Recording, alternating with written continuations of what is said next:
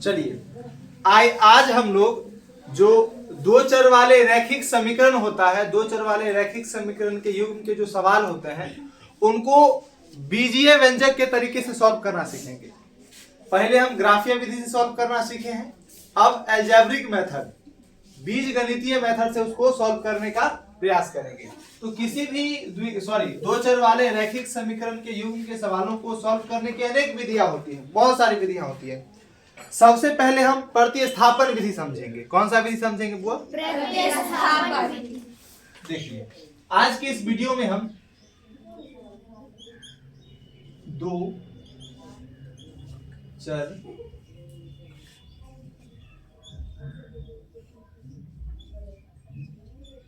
चर वाले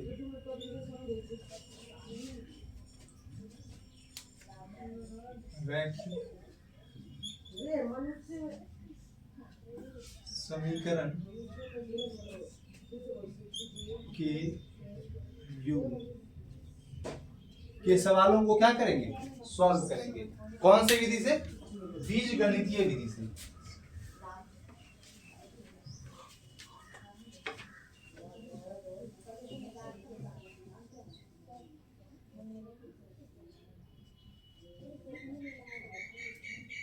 इसमें सबसे पहला हम लोग देखेंगे, अच्छा दो चर वाले रैखिक समीकरण समझते हो ना?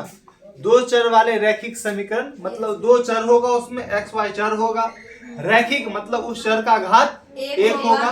समीकरण होगा मतलब बराबर के इस पार कुछ होगा, और युग्म मतलब जोड़ा में होगा। किसमें होगा? जोड़ा में। तो सबसे पहला विधि है प्रतिस्थापन विधि। कौन सा विधि हुआ? प्रतिस्थापन विधि।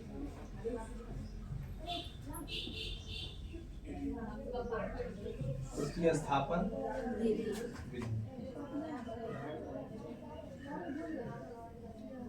अंग्रेजी में इसको कहते हैं सब्स्टिट्यूशन मेथड।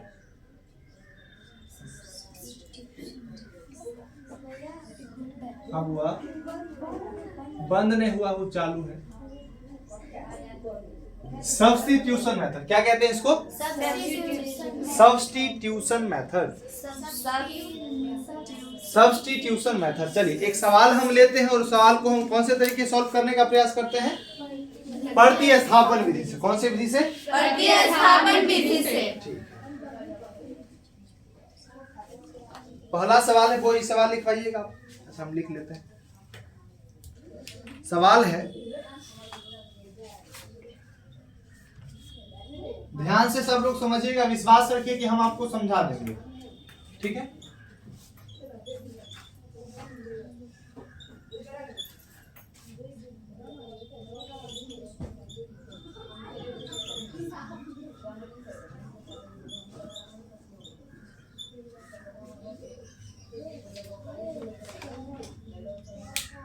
चलिए आइए देखिए, ये पहला समीकरण है और ये दूसरा समीकरण। पहला समीकरण है और दूसरा समीकरण है। इस चीज को हम कौन से विधि सॉल्व करने का प्रयास कर रहे हैं? प्रतिस्थापन विधि से। कौन से विधि से? प्रतिस्थापन विधि से। अच्छा क्या हम चेक कर लें कि इसका अद्वितीय हल है, अनेक हल है, या कोई हल नहीं है? आप लोग बताइएगा इसमें कि A1 क्या है? 3। A1 क्या है? 3। B1 क्या है? 4। C1 क्या है? -10। A2 क्या है? 4। B2 क्या है? -3। और C2 क्या है? -5। -5। हम चेक करने का प्रयास करते हैं। A1 बटा A2 निकालते हैं तो क्या आएगा? 3 बटा 4। और यदि हम B1 बटा B2 निकाले तब 4 बटा -3। 4 बटा -3। क्या ये दोनों चीज बराबर है? नहीं है बराबर, मतलब इसका अद्वितीय हल होगा। कौन सा हल होगा? अद्वितीय। हमने चेक करके देख लिया कि समीकरण का अद्वितीय हल निकलता है, मतलब इसका केवल और केवल एक हल होगा। केवल और केवल एक हल। उसी एक हल को हमें ज्ञात करना है, उसी एक हल को ज्ञात करना है। चलिए अब सवाल पर चल लेते हैं। देखिए सवाल फिर से लिख लिया जाएगा। 3x + 4y -10 बराबर 0 है। और दूसरा समीकरण क्या है? 4x - 3y -5 बराबर 0। इसको हमने समीकरण 1 लेट किया था, इसको समीकरण 2 लेट किया था। हम चलेंगे समीकरण 1 से। कहां से? 1 से। लिखेंगे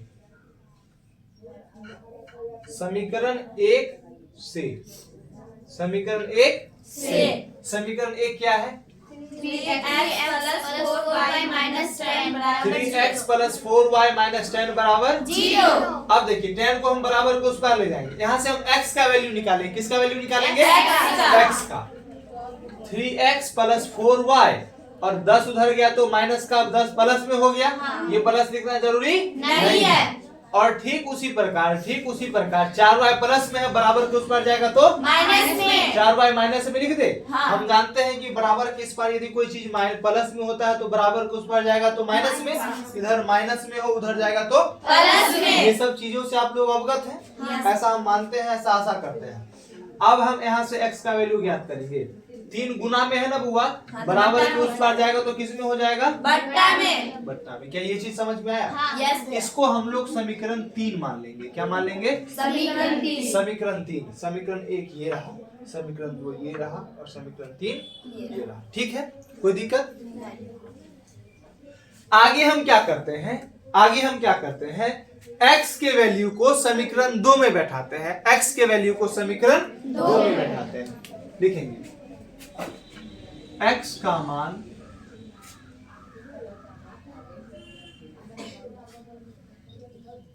समीकरण 2 में रखने पर, x का मान कहां रखने पर बुआ? समीकरण 2 क्या है बोलिएगा एक बार। 4x माइनस 3y और माइनस का 5 बराबर किसके है? 0। x का वैल्यू क्या बैठाना है? 10 माइनस 4y 4 और x के जगह क्या बैठा देंगे? 10 माइनस का 4y और नीचे का 3। और इधर माइनस का 3y और 5 बराबर को उस पर गया तो प्लस में हो जाएगा। हाँ। कोई दिक्कत है? नहीं। 3y को ही बराबर को उस पर ले जाए। हाँ। रहने देते हैं अभी।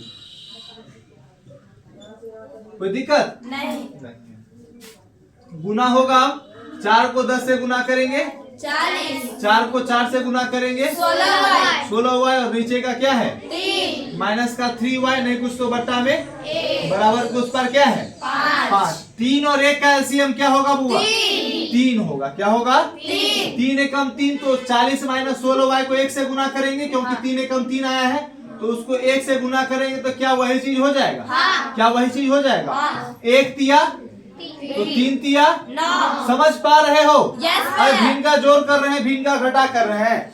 अब देखिए क्या किया जा रहा है। 40 का 40 माइनस माइनस प्लस 16 ना 25। 25 तो माइनस माइनस प्लस हो गया 25y और नीचे का 3 यदि बराबर के उस पर जाएगा तो 15 हो जाएगा। क्या यस भैया। 15 हो गया? हाँ। क्योंकि 5 दिया 15। अरे बट्टा वाला चीज बराबर के उस पर जाता है तो गुना में, 3 इधर भाग में था बराबर के उस पर गया तो गुना में हो गया। 5 को 3 से गुना किए क्या हो गया? 15 हो गया। अब देखिए 40 को उधर ले जाया जाए, 15 और माइनस का 40 इधर है माइनस का 25y। 15 में से 40 जाएगा कभी? 40 में से 15 जाएगा। 40 में से 15 घटाएंगे 25 होगा मेरे हिसाब से। लेकिन बड़ा संख्या किसमें है? इसलिए चिन्ह भी किसका आएगा? ये सब बेसिक बात है, ये सब आपको आना चाहिए। अब देखिए इसलिए y बराबर गुना में तो बट्टा में उधर 25 और नीचे भी 25। 25 से कम 25। y का वैल्यू क्या आ गया? 1। 1। y का वैल्यू क्या आ गया? 1। y का वैल्यू 1। अब y के वैल्यू को समीकरण 3 में बैठाएंगे। y के मान को कहां बैठाएंगे? लिखेंगे y के मान को समीकरण 3 में रखने पर, समीकरण 3 क्या है? x बराबर 10 माइनस का 4y और नीचे का 3। y के जगह क्या बैठाना है बउआ? 1 बैठाना है। बैठा दिए। हाँ। और नीचे का क्या है? 3। 3। 10 माइनस 4 बट्टा में 3 कोई दिक्कत? नहीं। 10 में से 4 गया 6 बट्टा में 3 कोई दिक्कत? नहीं। यहाँ से ये 2 बार में कट जाएगा। x का वैल्यू क्या आ गया? 2। 2। यही हमारा क्या हो गया? आंसर तो x का मान आया 2 और y का मान क्या आया? 1। तो यही दोनों एक केवल एक हल हुआ। यही हमारा आंसर। क्या आप लोगों को समझ में आया? Yes yes. समझ में आया? Yes ma'am. फिर से एक बार समझाते हैं। हाँ। देखिए बहुत आसान चीज है, बहुत। देखो मेरा केवल एक काम है, पढ़ना और पढ़ाना, पढ़ना और पढ़ाना। और ये काम हम बहुत अच्छे तरीके से करते हैं। जो लोग बहुत काम करता है, पढ़ने पढ़ाने के अलावा बहुत काम करता है, हो सकता है, लेकिन हम केवल यही काम करते हैं। और यदि हम केवल यही काम करते हैं तो स्वाभाविक सी बात है कि ये काम हमसे अच्छा कोई नहीं करता होगा, ये हम समझते हैं। ये काम हमसे अच्छा कोई नहीं करता। चलिए आते हैं सवाल पे। हम आपको समझा देंगे, इस बात का पूरा विश्वास रखिए, ठीक है। हमने दो चर वाले रैखिक समीकरण को युग्म को बीजीय गणित मतलब बीज गणितीय विधि से सॉल्व करने का प्रयास किया। बीज गणितीय विधि बहुत सारा होता है, उसमें पहला हमने प्रतिस्थापन विधि को लिया, प्रतिस्थापन विधि सीखा। प्रतिस्थापन विधि हमने क्या सीखा कि दो समीकरण होता है। कितना समीकरण होता है? दो समीकरण। दो समीकरण में पहले समीकरण से हम x का वैल्यू निकालते हैं। x का वैल्यू देखो पहले समीकरण से निकाले ना। कैसे निकाले? कैसे निकाले? ये दो समीकरण सवाल में दिया हुआ था, हम समीकरण एक से चले। समीकरण एक से, समीकरण एक दिया हुआ था 3x + 4y बराबर माइनस का 10 बराबर 0। हमने क्या करा -10 को बराबर के उस पार ले गए तो प्लस का 10 और 4y को बराबर के उस पार ले गए तो माइनस का 4y। अब देखिए क्या ये 3 गुना में है? हम जानते हैं कि बराबर के इस पार यदि कोई चीज गुना में होता है तो गांव के उस पार जाता है, बराबर के उस पार जाता है तो वही चीज किसमें बदल जाता है? बट्टा में चला जाता है, भाग में चला जाता है। अब देखिए 10 - 4y पहले से था, ये 3 गुना में था, बराबर के इस पार आया तो किसमें हो गया? भाग में हो गया। x का वैल्यू यहाँ से निकल गया 10 - का 4y बट्टा का 3। यहाँ इसको समीकरण 3 मानिए। क्या मानिए बुआ? समीकरण 3। और समीकरण 3 के मान को समीकरण 2 में बैठाएं। समीकरण 3 के मान को समीकरण किस में बैठाएं? 2 में। समीकरण 3 का मान, दूसरा समीकरण क्या था? 4x - का 3y - का 5 बराबर 0। x की जगह 10 - का 4y और नीचे का 3। x की जगह 10 - का 4y बटा 3 बैठा दिए हैं। माइनस का 3y बराबर -5 बराबर को उस पार गया तो प्लस का 5। ठीक है। 4 को 10 से गुना किए 40, 4 को 4 से गुना किए 16y बटा का 3, माइनस का 3y नहीं कुछ तो बट्टा में 1। 3 और 1 का एलसीएम 3, भिन्न का घटा है। 3 एकम 3 तो 40 - 16y को 1 से गुना करेंगे तो 40 - 16y हो जाएगा। अब देखिए 1 तिया 3 तो 3 तिया 9, माइनस माइनस प्लस हो गया, 16 9 25y हो गया, 40 का 40। 3 भाग में था, बराबर को उस पर गया, गुना में तो 5 गुने 3 क्या हो गया? 15। अब 40 भी बराबर को उस पर गया, 15 में से 40 घटा दिए तो 15 में 40 घटाने तो 40 में से 15 को घटाना पड़ा। 40 में से 15 घटाएंगे क्या होगा? 25 होगा। और बड़ा संख्या किसमें है? इसलिए चिन्ह में किसका है? माइनस का। अब देखो ये भी माइनस, ये भी माइनस, माइनस माइनस कैंसिल हो गया। 25 गुना में था, बराबर को उस पर गया तो भाग में 25 बटा 25 एक बार में क्या हो गया? यहाँ से y का वैल्यू क्या निकल गया? ठीक है। अब y के मान को समीकरण 3 में बैठा दिए। किसमें बैठा दिए? समीकरण 3 में बैठा दिए। x बराबर था 10 - 4y और बटा का 3। x बराबर y की जगह क्या बैठा रहे हैं? 1, तो y की जगह 1 बैठा दिए। 4 एकम 4, 10 में 4 गया 6, 10 में 4 गया और नीचे का 3। अब देखो 3 दूनी 6, तो x का मान आ गया 2 और y का मान क्या आया था? 1। क्या ये चीज आपको समझ में आया है? यस। आया है समझ? हाँ। आया है? क्या आप लोगों को आया है? यदि आया होगा तो आप कमेंट करके यस लिखिएगा और इसको आप नोट कर लीजिए। ठीक है, चलिए देखिए अब ये दूसरा सवाल है। इस सवाल को भी हमको कौन सी विधि सॉल्व करना है? प्रतिस्थापन विधि सॉल्व करना है। कौन सी विधि से हुआ? प्रतिस्थापन विधि से। ये पहला समीकरण हो गया, ये दूसरा समीकरण। जरूरी नहीं है हमेशा एक्स वाई ही रहेगा, एस टी भी हो सकता है, पी क्यू भी हो सकता है, कुछ भी हो सकता है ना। चर होना चाहिए, कुछ भी हो सकता है। चलिए हम सबसे पहले क्या करते हैं? समीकरण 1 से चलते हैं। समीकरण 1 से चलेंगे। समीकरण 1 लिख देंगे s माइनस का t और बराबर का 3। s का वैल्यू यहाँ से निकाल सकते हैं क्या? 3 प्लस का t। इसको समीकरण क्या मान लेंगे? 3। इसको समीकरण 3 मान लिए। समझ में आया पूनम? चलिए t को बराबर को उस पार लेंगे तो 3 प्लस t हो ना गया। अब ये दोनों को प्लस प्लस नहीं समझ, t लिखा हुआ ध्यान से। ठीक है। अब देखिए अब क्या करते हैं? s के मान को समीकरण 2 में रखने पर, s के मान को समीकरण 2 में रखने पर लिखेंगे x के मान को समीकरण 2 में रखने पर समीकरण 2 क्या है? s बट्टा 3 प्लस t बराबर का एलसीएम ले लिया जाए, 3 और 2 का एलसीएम 3 दूनी 6, s का मान रख रहे हैं ना, s का मान रख रहे हैं ना, तो 3 दूनी 6 2s लिखेंगे, 2s s के जगह डायरेक्ट हम 3 प्लस t बैठा दें। आए समझे हो?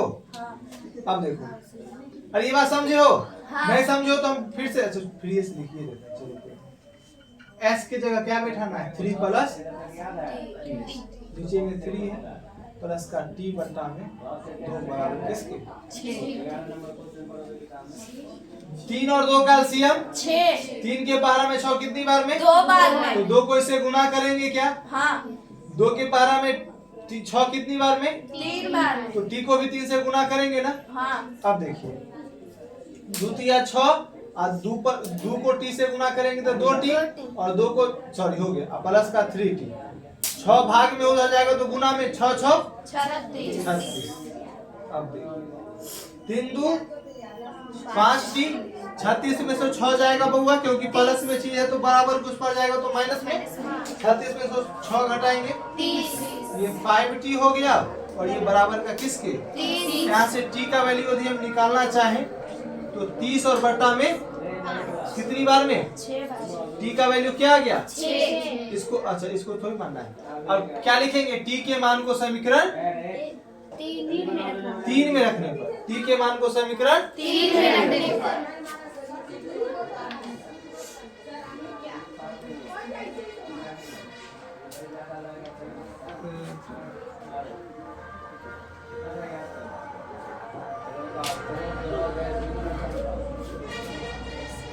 समीकरण 3 में रखने पर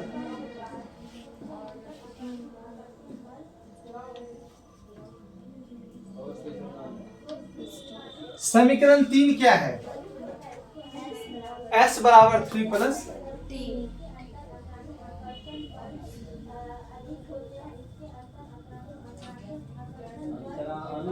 t के जगह क्या बैठाएंगे? 6 यहाँ से s का वैल्यू क्या निकल जाएगा? 9 और t का वैल्यू 6। ये दोनों हमारा क्या हो गया? आंसर आया है समझ में? यस भैया। आया है समझ में? चलिए ये ऐसा हल कब निकलता है? जब अद्वितीय हल होता है। हल कब निकलता है? अद्वितीय हल निकलता है। हम एक बात बता देते हैं। देखिए a1 बट्टा a2 होगा बराबर में होगा b1 बट्टा, कभी नहीं ये हल निकलेगा। देखिए लेकिन कभी ऐसा हो जाए जब समीकरण इस रूप का हो, a1 बट्टा a2 बराबर हो जाए b1 बट्टा b2 के बराबर c1 बट्टा, इसमें अनंत हल होता है ना, अनंत हल होता है ना, तो इसमें होगा क्या कि 0 बराबर हो जाएगा 0 के। क्या होगा कंडीशन? 0 बराबर हो जाएगा। और जब a1 बट्टा a2 बराबर होगा b1 बट्टा b2 के और बराबर नहीं होगा c1 बट्टा C2 के, तो इसमें होगा कि कोई अचर पद न किसी दूसरे अचर पद के बराबर हो जाए, इसे 12 बराबर 7 हो जाएगा। ऐसा बात, ऐसा कंडीशन आ जाएगा सवाल में, ऐसा कंडीशन आ जाएगा। क्या हुआ? अच्छा ऐसा जैसे होगा कि हम बताते हैं, जैसे 4x लिखा हुआ है, 4x प्लस का 2 और इधर लिख देंगे 4x और प्लस का 7, तो इधर से 4x कट जाएगा और 2 किसके बराबर आ जाएगा? 7। ऐसा स्थिति तो संभव नहीं है, ऐसा स्थिति संभव नहीं है। तो ऐसा स्थिति संभव नहीं, इसलिए इसका कितना हल होता है? कोई हल नहीं होता है, कोई हल नहीं। और जब 0 0 के बराबर हो जाए तो ऐसा बहुत सारे केस में संभव है, इसलिए इसका अनंत हल होता है और इसका कोई हल नहीं होता है। और ऐसा कंडीशन पे हम सवाल को बनाते हैं जिसका एक हल निकलता है। क्या ये चीज समझ में आया है? यस भैया। इसको भी फिर से बताना पड़ेगा? नहीं, ये तो आसान सी बात है, इसको नोट कर लीजिए आप। अभी से हमने पहले सीखा पढ़ती स्थापन विधि, अब हम सीखते हैं विलोपन विधि से किसी सवाल को सॉल्व कैसे करते हैं।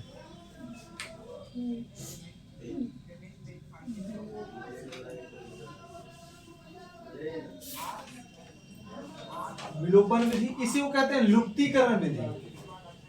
बोलने में जितना अच्छा लगता है लुप्तीकरण कितना अच्छा लगता है।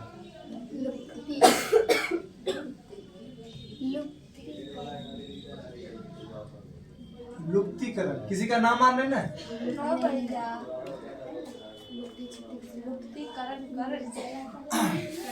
ठीक है,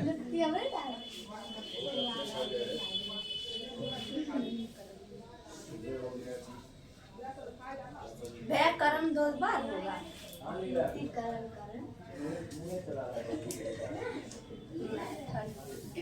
अच्छा लुप्तीकरण,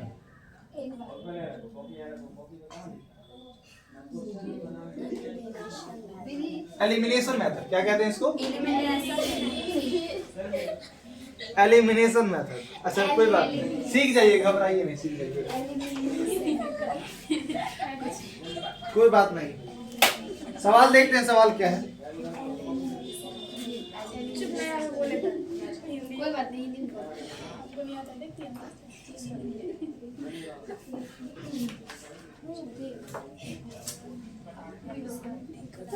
सबसे ज्यादा आप इसी प्रकार से सवालों को सॉल्व करेंगे क्योंकि ये बहुत ज्यादा आसान है। सबसे यदि आपको सवाल देगा सबसे पहले आप ये सोचिए, सबसे पहले इसको विलोपन विधि सॉल्व करते हैं क्योंकि बहुत ज्यादा क्या है, करना क्या होता है इसमें, किसी एक चर के गुणांक को बराबर करना होता है। किसी एक के चर के गुणांक को चर मतलब समझते हैं, चर मतलब क्या होता है, चर मतलब x या फिर y, x या फिर y मतलब x के गुणांक को या फिर y के गुणांक को क्या करते हैं, बराबर करते हैं। x का गुणांक क्या है, 8, यहाँ x का गुणांक क्या है, 4, यहाँ y का गुणांक क्या है, 3, यहाँ y का गुणांक क्या है, 1। तो हम आपका क्या मन है, किसको बराबर किया जाए, x के गुणांक को बराबर किया जाए या फिर y के गुणांक को बराबर किया जाए, x के गुणांक को, x के गुणांक को। चलिए ठीक है। अच्छा एक बात बताइए कि दो संख्या बराबर कहां पर होता है, दो संख्या आपस में बराबर कहां पर होता है, अपने एलसीएम पर। कहां बराबर होता है, अपने एलसीएम। दो संख्या आपस में अपने एलसीएम पर बराबर हो, जैसे 2 और 3 आपस में 6 पर बराबर होंगे, 2 और 7 14 पर, 5 और 2 10 पर, 3 और 4 12 पर, 2 और 6 6 पर। मतलब दो संख्या आपस में बराबर कहां होते हैं, अपने एलसीएम पर। 4 और 8 है, 4 और 8 का एलसीएम क्या हो जाएगा, 8। मतलब यहाँ x का गुणांक 8 है, यहाँ x का गुणांक 4 है। क्या हम 4 में कुछ गुना करके 8 पुरा सकते हैं? हाँ। क्या गुना करके, 2। ये समीकरण 1 है और ये समीकरण 2 है। यदि समीकरण 2 में हम 2 से गुना करें और उसको 1 से गुना करें तो आप लोगों को दिक्कत होगा नहीं। अरे गुना या भाग किसी भी समीकरण में हम कर सकते हैं, गुना या भाग किसी भी समीकरण में हम कर सकते, लेकिन हमें दोनों तरफ करना होगा। तो हम करें तो 2 इधर भी गुना करें और 2 इधर भी, कोई दिक्कत नहीं है, करते हैं। पहला समीकरण है 8x प्लस का 3y और बराबर का 7। 4 दूनी 8x और 2 को y से गुना करेंगे तो 2y, द्वितीय कोई दिक्कत नहीं। अब देखिए क्या करें कि 8x खत्म हो जाएगा, घटा देंगे तब, घटा देंगे तब लिखेंगे घटाने पर, क्या लिखेंगे, घटाने पर, घटाने पर घटा देंगे। जो प्लस में वो माइनस में, जो माइनस में वो प्लस में। 8x में से 8x घटा दिए, खत्म हो गया। 3y में से 2y गया तो खाली y, और 7 में 6 गया तो y का वैल्यू क्या आ गया, y का वैल्यू क्या आ गया। अब y के मान को कौन से समीकरण में बैठाया जाए, आपका क्या मन कहता है, y का मान समीकरण 2 में। चलिए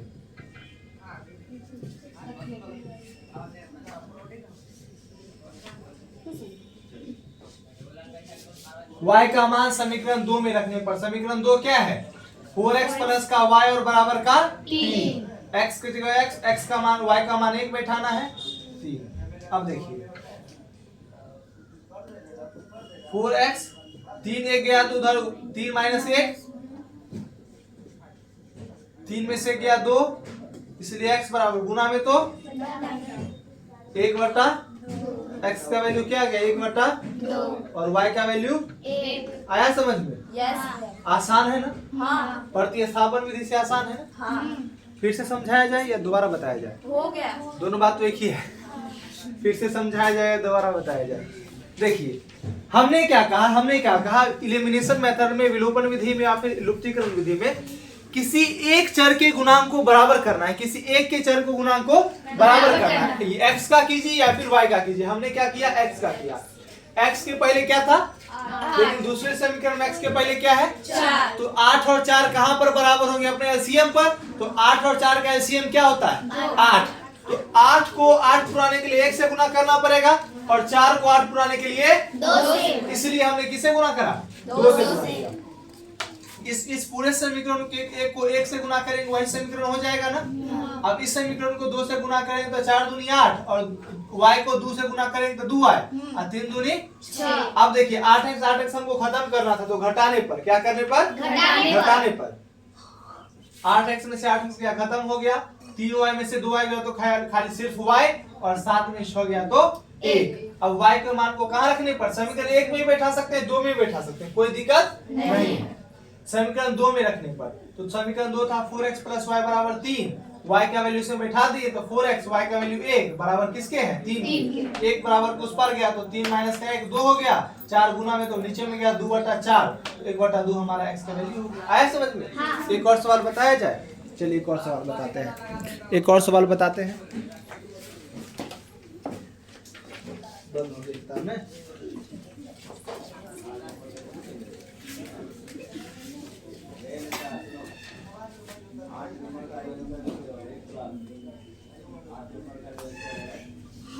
चलिए एक और सवाल है 3x प्लस का 4y बराबर का 36। और दूसरा सवाल है 5x माइनस का 12y और बराबर के किसके है, 60 के। ये समीकरण 1 है, ये समीकरण 2। ठीक है।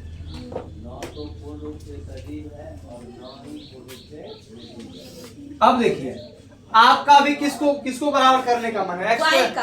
अभी उससे पहले x को किए है ना, अभी y को करे, y को करे। देखिए यहाँ 12, यहाँ पर 4 है, तो 4 और 12 का एलसीएम क्या होगा, 12। तो 4 को किससे गुना करेंगे, 12 पूरेगा 3 से, किससे, 3 से। और 12 को किससे गुना करेंगे, 12 पूरेगा 1 से। आप यहाँ पर लिख भी सकते हैं, आप यहाँ पर लिख भी सकते हैं कि समीकरण फर्स्ट को 3 से गुना करके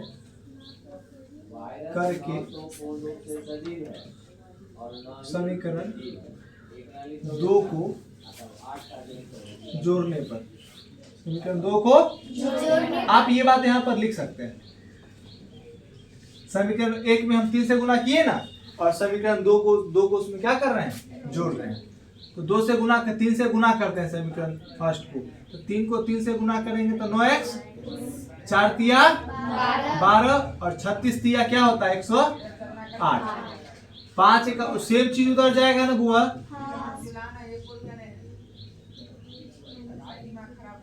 ठीक है। अब देखो चिन्ह परिवर्तन करेंगे, चिन्ह परिवर्तन करना जरूरी है क्या, अरे 12y और 12y तो प्लस माइनस में है ही, तो जोड़ देंगे, क्या कर देंगे, जोड़ देंगे।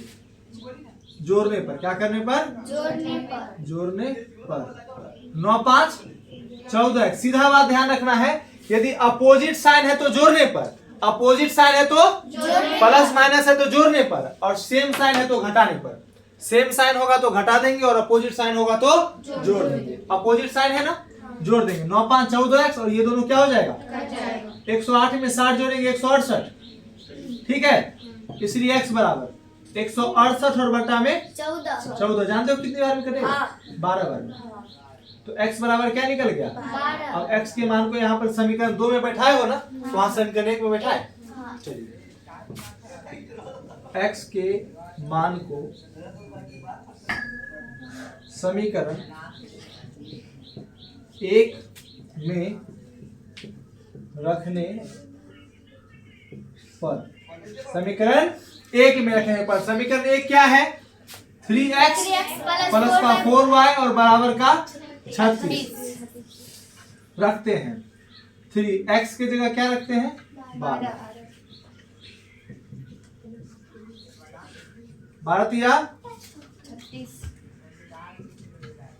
36 36 क्या हो गया, या फिर ये समझो कि 36 बराबर को उस पर गया तो 4y बराबर 36 माइनस 36, इसलिए y बराबर भी, तो y बराबर 0 हो गया और x बराबर क्या हो गया, y बराबर 0 हो गया और x बराबर क्या हो गया। समझ में आया? यस भैया। समझ में आया सबको? हाँ। सबको समझ में आया है? चलिए इसको नोट कर लीजिए आप लोग। भैया और यदि आप लोगों को ये चीज समझ में आया है भैया